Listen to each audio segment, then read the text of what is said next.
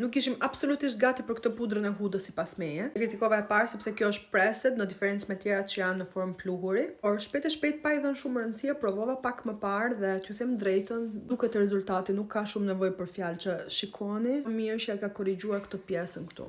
Në ngjyrën peach cupcake, nuk e di nëse është pudra që është në të vërtetë shumë e mirë apo është ky powder puff i ri, sepse zakonisht unë përdor powder puffat klasik. Dhe këto janë po nga huda, por nuk e di pse ky tjetri është në të vërtetë ndryshe. Duket sikur ta lëmon këtë pjesën lëkurës këtu dhe vetëm frikë që un kam që kjo pjesa e radhëve të syve të bëhet kriz për atë të çahet pak më vonë. Zakonisht më ka ndodhur me pudrat më të mira që ato çahen gjatë kalimit të orëve, duke mos qenë në fanë se e tmerrshme pas pudrave preset.